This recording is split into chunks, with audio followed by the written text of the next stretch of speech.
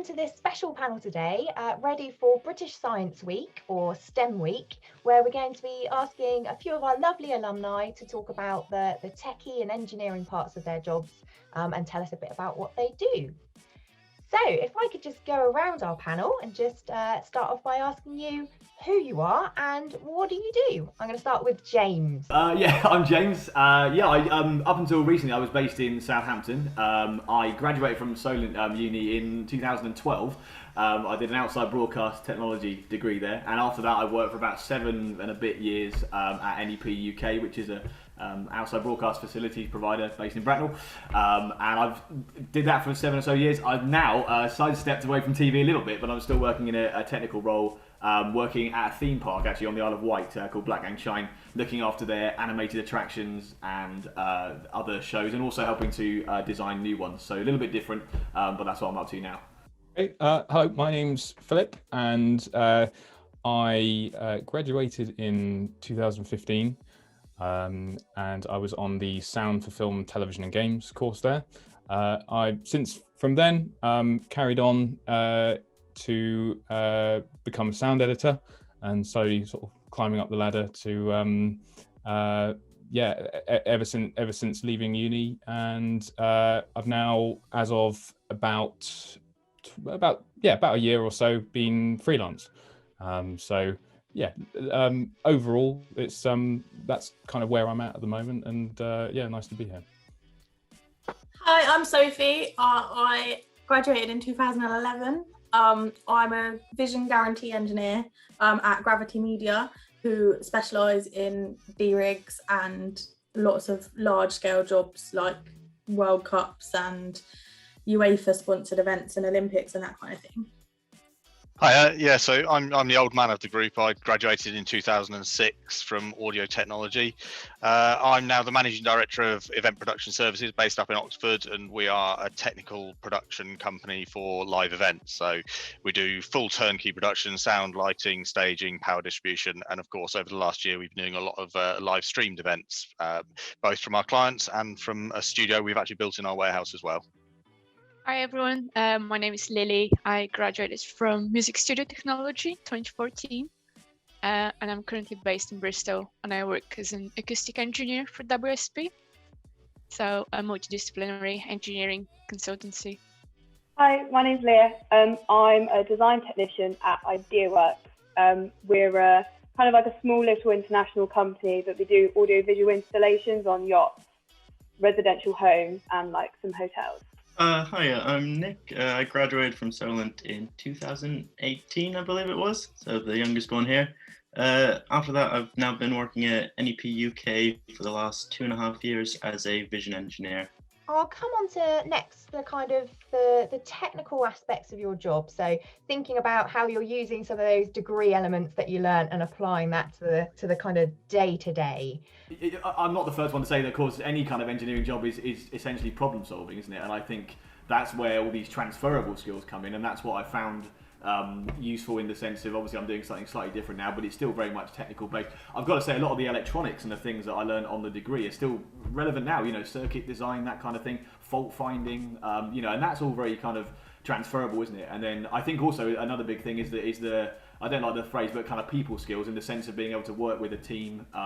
Television is something where I found certainly your entire work team changes week in, week out, doesn't it? And comparing what I'm doing now while I'm with the same team each week, and all they're absolutely fantastic, but it's made me see the difference in what I was doing before and now, and actually having to see and work with so many different people. It does, if I've developed any people skills, if you like, they've been shaped entirely by that kind of work environment, and having to work with people who have just started out right up to being next to executives who've worked there for 20 years, that kind of thing.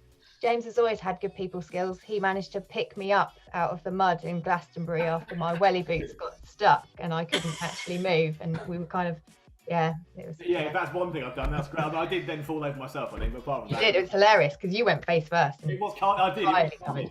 Yeah. Anyway, so apart from that, falling over I've been good at, definitely. Feeding off of James as well, I think I found something that's been really important is how to fix things which break calmly. so that if you're in front of clients, if you're in a studio and the time is ticking, you're able to not only fix the problem, but also make sure that the clients feel calm and relaxed and that everything's going to be okay. And I think that's something that is often overlooked as being something that is part of that technical side, is just keeping cool and just making sure that things work. The key thing is the grounding that you get from one of these technical courses. My degree title was audio technology, but of course it shared the first year and most of the second year with all of the broadcast type courses. And after leaving university, I went off on the road as a touring sound engineer and worked with X Factor artists, and was out on the road for quite a while on tour buses. And then the way things have changed over the last year, and building a business that's multifaceted, that we do, as well as doing audio, we do lighting, we do power, and then particularly in the last year where everything's changed, we've had suddenly I've spent a load of time relearning everything about cameras and streaming, and I've been running a business, so some of my skills are a bit rusty. So, but having that grounding from, even though it was 15 years ago nearly, it's made a huge difference, because I've been able to jump straight back into things. And I think if you're reasonably technical and you've got a good technical grounding, you can generally get a grasp on equipment fairly quickly. So it's really important to do a degree course that fills you in on across the board. The electronic side of things I still use every day. Stupid things like when we're doing AV installation work, I use Ohm's law every day. It's all basic stuff, but it's a grounding that covers all sectors. Yeah, so I actually started on live sound technology as a degree, and then I changed for my third year into audio engineering, because I sort of decided that I wanted to know a little bit more about audio networking and stuff like that. So I sat the unit in second year, which audio engineering did, and then that gave me such a good base knowledge. And ironically, that's basically what most of my job is nowadays anyway. So I was really glad I did that. So that was a really important unit for me at uni, because everything I do is audio over IP, and I do a lot of IT stuff as well. So because the systems we deal with are so large scale, but it's the same thing just repeated in all the rooms. So it was a really important unit, and it taught me so much, and I was really grateful for it. And then I also found audio system design. You've been covering everything so brilliantly, I don't even have to ask lots of questions, so that's great. So my final question is, what is the favourite part of your job? What's your favourite part? I think it makes me laugh in a way, because there's so many kind of, as you say, transferable things that I'm doing, and I think that all the idea of working under kind of time pressures and saying that things are going to be ready by a certain point, or even just saying you're going to do something and then doing it, I think television has taught me all those things, and also making sure that everything's working reliably and that kind of thing. But also, I must admit that I wanted to do something that added creativity kind of to the technical side as well, and I think this is what's been nice, that you are dealing with all the kind of technical kit, but also you can have an input on things like lighting and what you're going to hear, and basically you're kind of building an experience for people. And I do think you've got like a kind of, the audience is still there, but it's just people stood in something you've made rather than watching it on a screen. One of the aspects which I think I really enjoy is the times when you can actually try out new techniques and relearn the fundamentals as well. I think so often, especially within TV, it's just like the starting pistol goes, and then all the editors, we all just start working. So the turnaround is very tight in sound for that. And I think with film, you do get a little bit more time, and which is useful in creatively as well. But I think there is a real thrill in the rhythm for TV. However, I think being able to separate a bit of time to try out new things and not get stuck in a rut. There's many other ways to do one thing, and sometimes, I know I've done this so many times of going, let's just let's just try something different. And you suddenly find out, oh, I can save 5 minutes there, I can save 10 minutes there, I don't have to do that. Or it simplifies the process and just makes things more streamlined and efficient. So I think one of the great things about being at Solent was the access to the equipment, and just having that opportunity to just go, let's try these things out without a sort of an immediate time constraint. There's a few things I love about my job. The first one is, again, being on the forefront of new technology and constantly having access to new kit and new investment and all that kind of thing. I was part of the design and installation team for the world's first IP 4K truck, which is incredible, and I wouldn't have had that opportunity without working in sport and without having the backing of a broadcaster. Then the other thing, which didn't really click until COVID, is how cool the access we have is to places. So my one and only job I did at my old company during COVID was Glastonbury, and there was a team of 40 of us on site at Glastonbury. The pyramid stage had no covers, and I got to wake up to cows every morning. We had free roam of the farm, and it was just incredible. We built a hotel and everything there, and it doesn't twig until you have stuff like that happen, and you're like, oh, our job is cool.